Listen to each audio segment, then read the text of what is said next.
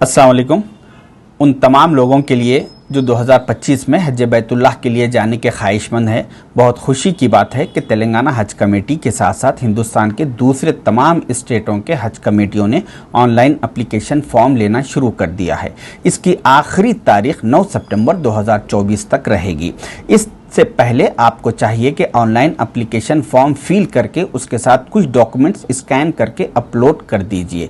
सबसे अहम first documents passport का फर्स्ट पेज और लास्ट पेज आपको चाहिए कि स्कैन करके अपलोड करें, और उसमें इस बात का ज़रूर ख्याल रखें कि आपका पासपोर्ट 15 जनवरी 2026 तक वैलिड होना चाहिए। अगर आपका पासपोर्ट 14 जनवरी 2026 को एक्सपायर हो रहा है तो आपका ऑनलाइन एप्लीकेशन एक्सेप्ट नहीं किया जाएगा।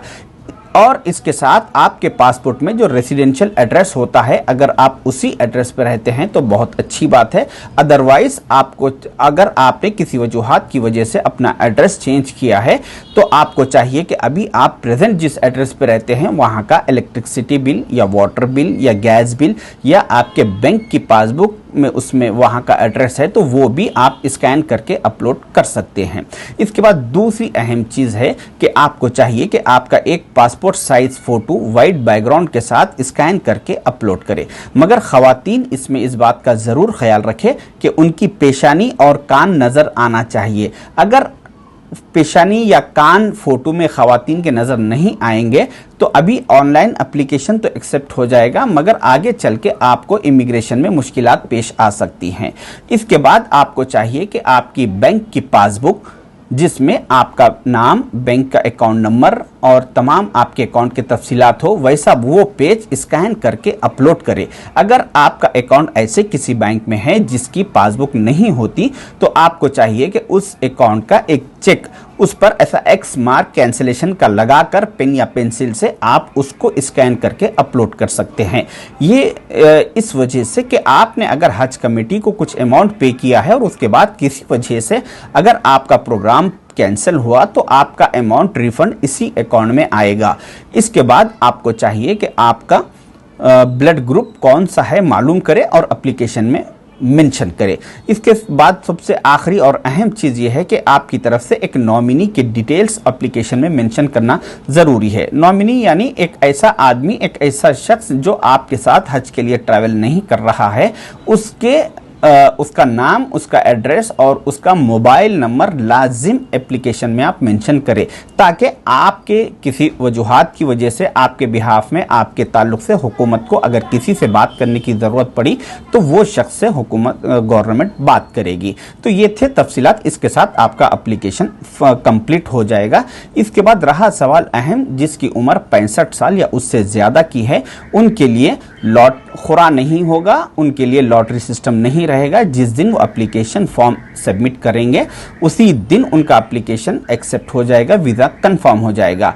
जिसकी एज 9 सितंबर 1959 से पहले की जिसकी पैदाइश है वो इस कैटेगरी में यानी 65 प्लस में आएंगे। मगर ये लोग जिसकी उम्र 65 या उससे ज़्यादा है तो ऐसे लोग अपनी खिदमत के लिए, अपनी सहूलत के लिए किसी आदमी को अपने साथ, किसी और को अपने साथ लेकर जाना चाहते हैं तो उनके लिए भी खुरा सिस्टम नहीं रहेगा, लॉटरी नहीं रहेगी, उनका भी इनके साथ वीज़ा कंफर्म हो जाएगा। अगर कोई वाइफ एंड हस्बैंड, दो शौहर बीवी है जिसके दोनों की उम्र 65 साल से ज़्यादा है और ऐसे दो लोग अपने साथ किसी दो लोगों को लेकर जाना चाहते हैं अपनी सहूलत के लिए, तो उन लोग का भी ये दो के साथ और दो लोगों का बग़ैर खुराक के वीज़ा कंफर्म कर दिया जाएगा। मगर इसमें शर्त यह है कि वो जिसको आप साथ लेकर जाना चाहते हैं कि उनकी उम्र 18 साल से 60 साल के दरमियान की होनी चाहिए।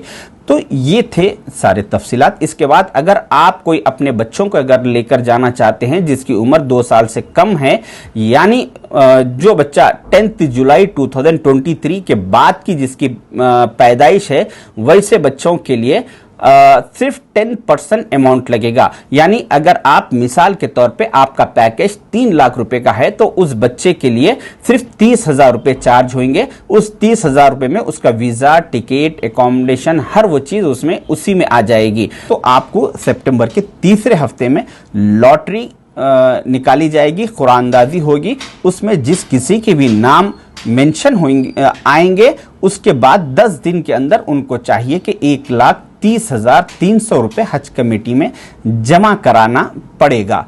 तो उसके लिए आप तैयार रहे और आप ये सारी डिटेल्स अगर आप ऑनलाइन अप्लाई कर सकते हैं तो करिए, अदरवाइज तेलंगाना हज कमेटी की जानिब से नामपल्ली हज हाउस पर हाजियों की खिदमत के लिए वहाँ पे लोगों को रखा गया है। हज हाउस में ग्राउंड फ्लोर पर वहाँ पे सिस्टम्स और लोग अवेलेबल है, वो लोग फ्री ऑफ कॉस्ट आपके एप्लीकेशंस को फॉर्म से फिल करेंगे और आपके एप्लीकेशन सबमिट करेंगे।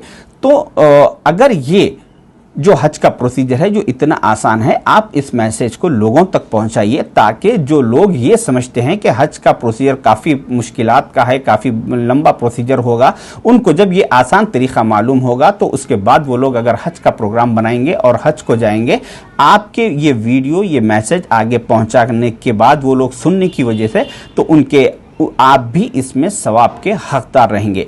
तो ये थे सारे तफसीलात। आप इस पे www.hajcommittee.gov.in पर इन वेबसाइट पर भी जाके आप खुद भी इसको सबमिट कर सकते हैं। शुक्रिया, अल्लाह हाफिज़।